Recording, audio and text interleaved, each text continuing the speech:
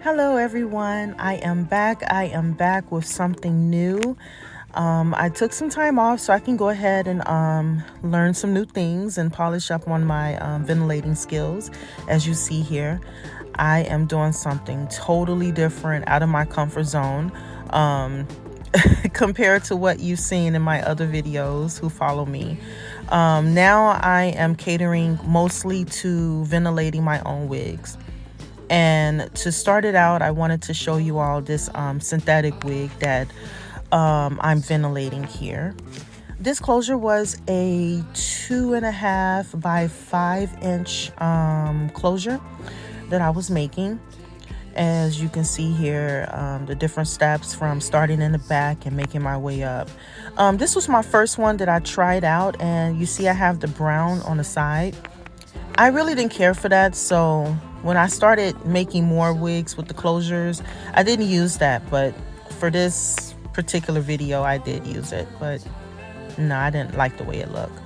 So now when I ventilate my wigs, I do use nothing but HD lace, as you can see here.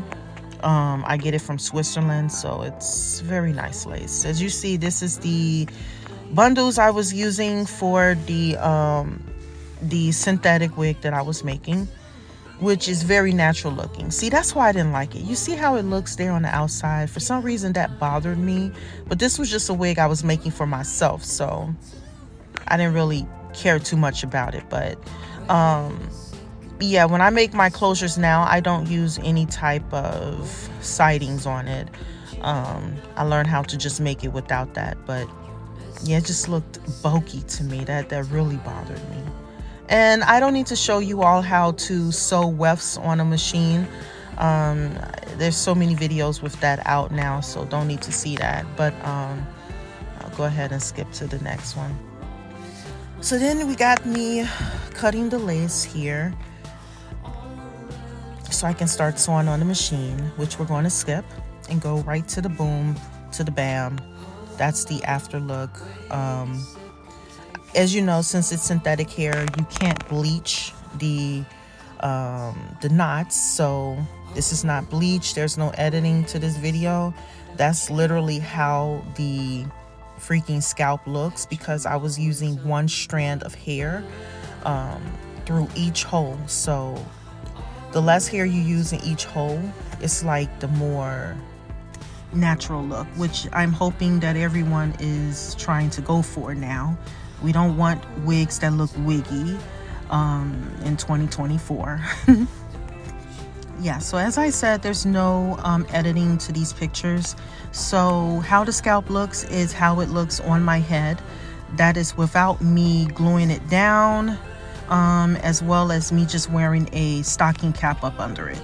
Other than that, I can also post the name of the clay that I use to put under my wigs to make the scalps look more natural looking. I'll put that in my bio as well, so y'all can check her out. But other than that, let's get to this here. So I wanted to show you all the process if you wanted the hair to be a tad bit straighter or have a little bit more body to it, because after a while it will get, like, I wouldn't say fluffy, but the more you wear it, the more natural it's going to look. So here I wanted to make it, show you how it would look if you wanted to add some body to it. So I use a steamer. I got that steamer off of Amazon, and basically you just take your time and steam the hair, and it gives it more body, as you can see, and it lays a little better on the head. And I noticed that lasts for about a week. I think like a week and a couple of days it lasted. And then it was hot outside, so that might have also been a problem too, because it started to get back fluffy into the natural state that the hair comes in. But here, this is a glueless wig, so if you ever decide to order, I do glueless wigs now. Like, you have to give me your measurements so I can make it where it can just lay on your head. That's why I made sure I wanted to show you all how I put it on and how it just laid. But yeah, I hope you all like it. I have some more videos coming.